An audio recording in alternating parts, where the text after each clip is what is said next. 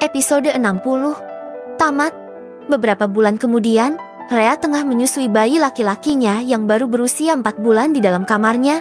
Dia merasakan kelengkapan di dalam keluarganya setelah kehadiran baby boy yang bernama Vincent Nagendra Kensi Dimitri, yang artinya si penakluk yang kuat, yang jeti pemimpin bijaksana dan dapat memberi keadilan. Bagi Rhea, waktu berjalan begitu cepat. Selama kehamilan dan melahirkan Vincent, kehidupannya dan sang suami semakin bahagia. Rezeki Kenzo juga semakin berlimpah. Banyak tender besar yang dimenangkan oleh suaminya itu. Rhea hanya berharap semua kebahagiaan ini selalu ada dan tidak akan surut. Meskipun awal-awal menikah dengan Kenzo, banyak sekali yang mencibirnya karena dia hanyalah wanita biasa dan bukan dari kalangan sosialita kaya raya. Tetapi Rhea bisa membuktikan pada semua orang jika dia sangat pantas menjadi Nyonya Dimitri, istri seorang Kenzo yang kabarnya sangat sulit untuk ditaklukkan oleh wanita manapun. Masya Allah, kamu tampan sekali. Nak, ibu sama ayah bangga banget sama kamu. Ulu-ulu, putra ibu udah selesai mimiknya ya? Rhea mengajak babynya berbicara. Suara pintu terbuka dan Rhea menoleh ketika mendengarnya. Sang adik masuk dengan senyum khasnya. Sekarang Mi sudah masuk universitas di Jakarta. Hubungan Mi dan Kevin semakin renggang karena Kevin sama sekali tidak pernah membalas perasaan Mi. Hai baby Vincent. Sapa Mi. Vincent udah bobok. Tante, bentar, aku tidurin dulu. Rhea beranjak berjalan ke arah baby box Vincent yang berada di pojok kamar. Setelah menidurkan Vincent, Rhea kembali duduk di sofa dan melihat Mi yang juga tengah melihat ke arahnya. Gimana kuliahmu? Alhamdulillah lancar kak. Sebagai maba aku jadi banyak kenal sama maba lainnya. Oh ya, besok malam minggu aku dapat undangan dari salah satu temanku. Boleh nggak kalau aku datang? Tanya Mi, undangan apa? Pesta otah. Banyak yang diundang kok. Nanti Abel yang mau jemput. Jawab Mi. Ya sudah. Tapi jangan pulang malam-malam. Ya, ujar Rhea. Iya kakakku tersayang. Ya sudah, aku mau mandi dulu. Mi beranjak dan keluar dari kamar sang kakak. Gadis berusia 18 tahun itu terlihat menghela nafas panjang saat berjalan ke arah kamarnya. Beberapa hari ini, dia memutuskan untuk memblokir nomor Kelvin. Perjuangan Mi selama 1 tahun ini ternyata sia-sia saja. Dia tidak bisa mendapatkan hati Kelvin. Beberapa minggu yang lalu, bahkan Kelvin mengenalkan seorang wanita kepadanya dan wanita itu terlihat lebih dewasa daripada dia. Bisa dipastikan umur wanita itu sekitar 25 tahunan. Mungkin memang benar jika Kelvin tidak menyukai gadis kecil seperti dirinya yang baru berusia 18 tahun.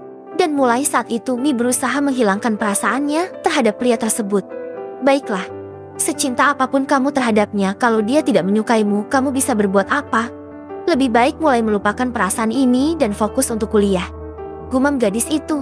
Kenzo menatap Mi dan Kelvin bergantian. Saat ini, mereka tengah makan malam dan Kelvin diajak untuk makan malam bersama. Namun, suasananya ada yang terlihat sedikit berbeda. Mi yang biasanya ramai menggoda Kelvin terlihat hanya diam saja fokus terhadap makanannya. Tentu saja hal ini sangat aneh karena biasanya gadis itu selalu merecoki asisten pribadinya itu dengan berbagai cara untuk menarik perhatian. Kenzo beralih menatap sang istri yang juga tengah menatapnya. Rhea mengedikkan bahu tanda dia juga tidak mengerti. Kak, aku udah selesai. Mi berdiri dari duduknya. Aku juga mau ke atas dulu. Banyak tugas kuliah yang harus kukerjakan. Ujar gadis itu kemudian pergi dari meja makan tanpa menoleh ke arah Kelvin sama sekali. Sepertinya Kenzo dan Rhea paham jika kedua orang itu sedang ada masalah. Kelvin, bagaimana kerja sama kita dengan PT Wijaya Airline? Tanya Kenzo. Seperti yang sedang menjadi target sebelumnya, Kenzo akan membeli sebuah armada pesawat untuk mempermudahkannya pergi berlibur untuk keluarga besar karena pesawat pribadinya sudah tidak pernah dia pakai lagi alias membutuhkan perbaikan. Lusa kita bisa bertemu dengan CEO Wijaya. Tuan, jawab Kelvin. Bagus. Kalau bisa mendapatkan penawaran yang pas dan disepakati.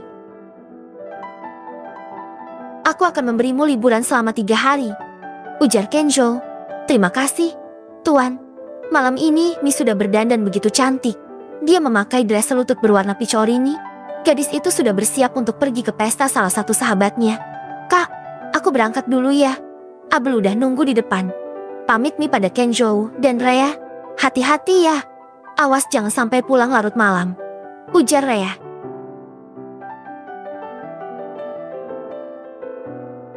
Iya kak. Setelah itu, Mi pergi keluar dari rumah yang disambut oleh sahabatnya Abel dan Chika di halaman.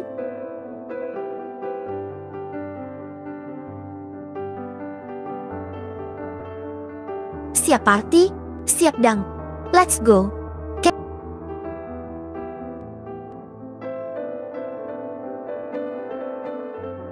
Kenzo sudah meminta 2 bodyguard untuk mengawasi Mi dari jarak jauh. Kenzo tentu tidak akan membiarkan Mi dan selalu memberikan penjaga di belakangnya. Tuan, bolehkah saya ikut mengawasi Non Mi? Ujar Kelvin tiba-tiba. Kenzo dan Rhea tentu saja terkejut. Karena tidak biasanya Kelvin mau melakukan tugas menjaga Mi. Kalau Mi tahu gimana, saya akan menjaganya dari jarak jauh. Tuan. Baiklah. Tapi tetap suruh Jim berada di dekatnya. Jim adalah salah satu anak buah Kelvin yang masih seusia Mi dan menjadi teman kampus gadis itu.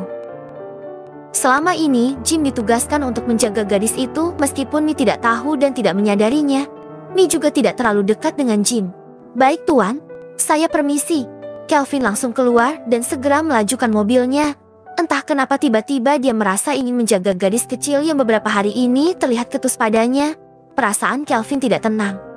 Kelvin juga sebenarnya merindukan teror pesan dari Mi. Tamat.